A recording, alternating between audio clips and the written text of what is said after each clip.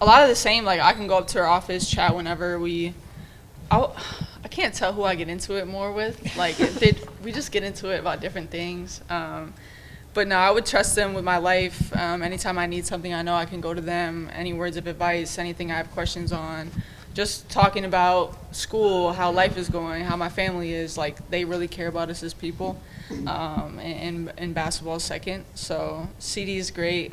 She just makes people be professional in all aspects of life. And it's stuff we're going to carry with when we leave UConn in our pro careers and whatever we're doing, whether we play basketball or not. It's just like the things that they teach you in life, you carry with everywhere. Where do you think that Gino would be without CD? Lost. I feel like every man needs a woman to be around and keep them in check. So they're really a great duo because they both bring different things to the table and they both help each other be better. And they have, like I would say, I have a great relationship with Coach where we have open dialogue. They have great relationships where they can challenge each other, hold each other accountable, and also support each other. So, yeah, there's not one without the other. Paige, what kind of relationships have you built with players who came through the program in the years before you? There's going to be a lot of legendary players around tomorrow. I wonder, are there a particular few you feel very close with? Yeah, I mean, obviously it started off like they were my idols and like I was super nervous, super scared, super shy to talk to them, intimidated by them, but to get to know them as people, they're very welcoming. It's really a sisterhood here at UConn, so like they'll be there when you need them, when you need words of advice, when you need words of encouragement, when you need to pick me up. And just if you need anything, they're always there to communicate with you and be there with you every step of the way. And so just to have that relationship with them and be able to communicate with them and know that they have our backs through everything, it means a lot. Who would you say you connect with most often? Probably Sue. We saw each other a lot this off season, and we both work with Susan King Borchard, so also Dee and Stewie do as well. But Sue's been a great person that I can look to for like leadership advice, just her qualities as a person, as a player, is something that I look up to as well. So I think me and Sue are pretty close, but we each all have a unique relationship with each other. Hey, does the game tomorrow feel different than any other game? Does it feel like a tournament game or something like that? How special it is? Honestly, no. Coach does a really good job of having us prepare for every game like it's the most important game for the rest of the season.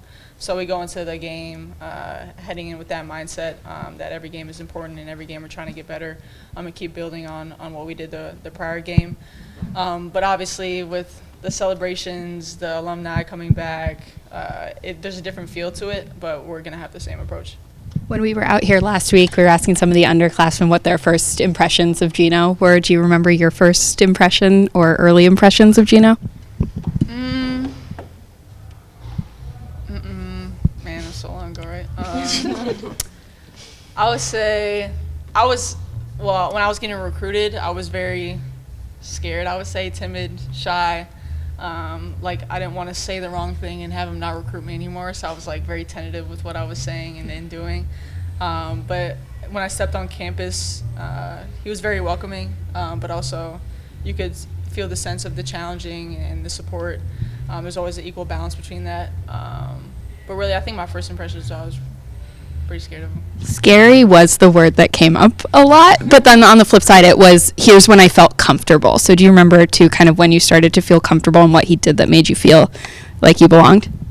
Yeah, I mean, the first couple weeks at practice, I was probably a little nervous. And so he would pull me to the side and be like, you're okay, like, we understand, like, it's hard to be a freshman here, especially coming in, you're nervous, you want to make all the right plays, do all the right things, and you sort of get ahead of yourself in that way. So I would probably say the first couple weeks of practice.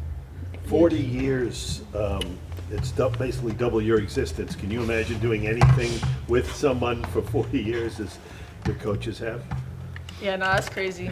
We talked about all it's like Rebecca Lobo's daughter is now a manager on the team, so it's like to see the times that have changed and the people that have come through and all that he's stayed for, and he's been coaching, almost as long as I've been, double as long as I've been born. He's been coaching here, so it's really crazy to think about. Paige, did you watch the draft lottery over the weekend? No, I did not. No.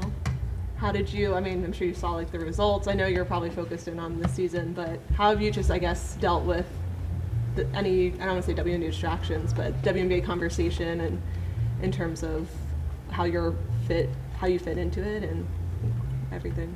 I think I mostly dealt with it by focusing on having great practice today. So that's about it. What would you say like is what's it been like to see AZ get closer and closer to returning? It's very exciting. Like, as somebody who's gone through it and experienced it, everybody has their own unique journey, but just to have that excitement, having the light at the end of the tunnel, and you see all your hard work coming into fruition and getting to play on the court again, doing what you love again. It's just a level of excitement for her. So it's a great time for her, and we're all excited for her. You're standing behind photos of some of the greatest players of all time. Do you ever take time to reflect on the legacy that's created here, and does it take a certain special person to handle all that? Yeah, I mean, you're surrounded by it every single day. You walk through this gym, you walk through these hallways, the greatness that's on the walls, the greatness that's in the practice facility, in Gamble as well. Like, there's obviously a legacy that you want to live up to and uphold with what they've built, what the coaching staff has built.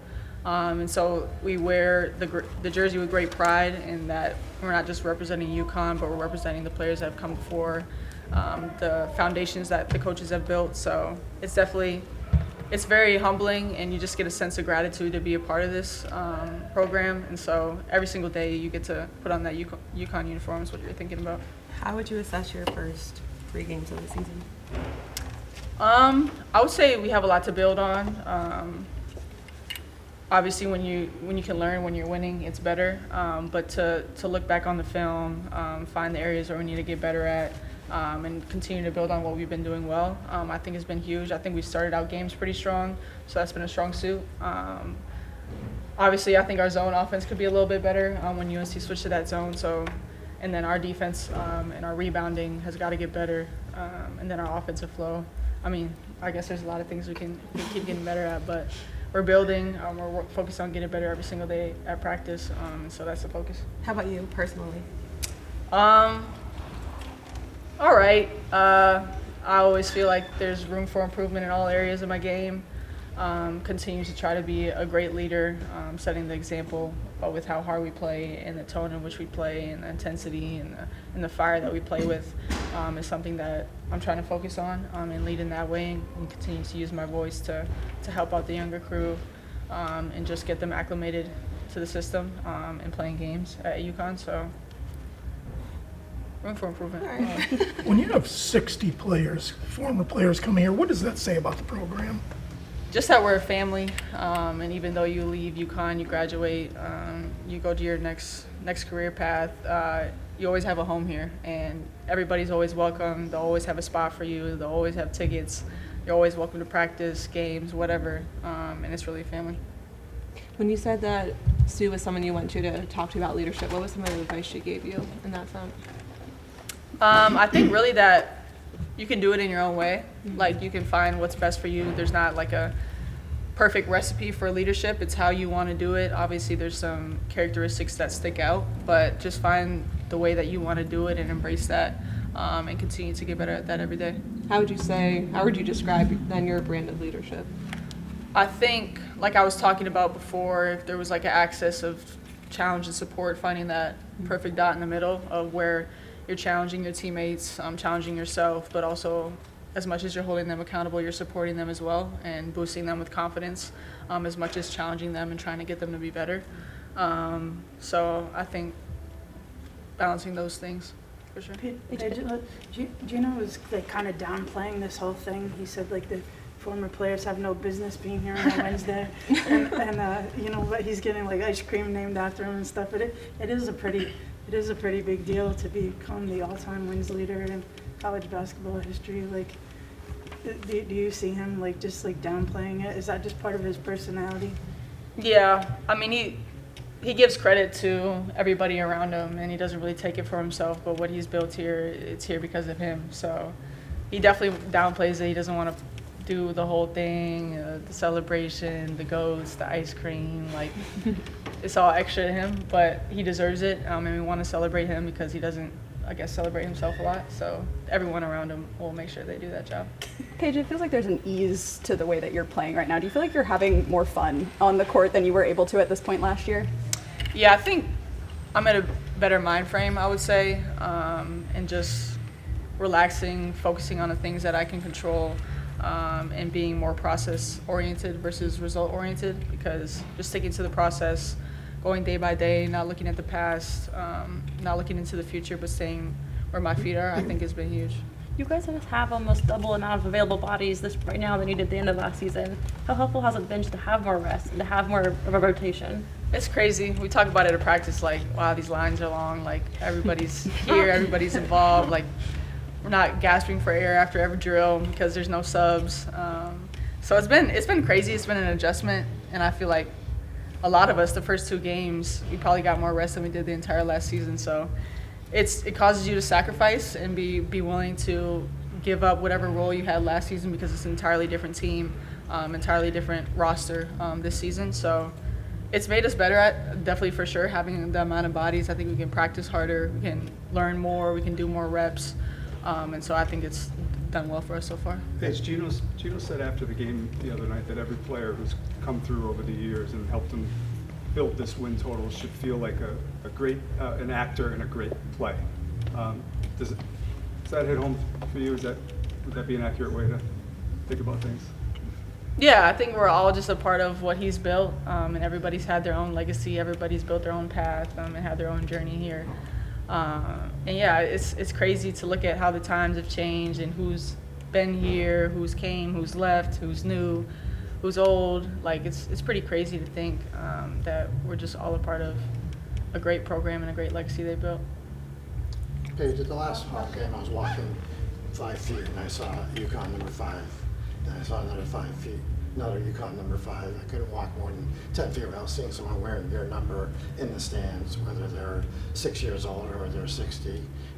Do you take note of that? Is it important to you that people really look up to you and are willing to represent you and UConn by wearing your shirts and your jerseys? Yeah, it's a blessing. I never want to take it for granted. People spending their own money to come support at games, to wear our jerseys, to get our gear, whatever it may be. And so for them to do that, for them to support us, it means everything. It's a huge reason why we came here to UConn, because of the support that the people bring. And so I'm extremely grateful for it. I never want to look into the stands and take it for granted. So every time I just want to soak it in and just be grateful for where I am.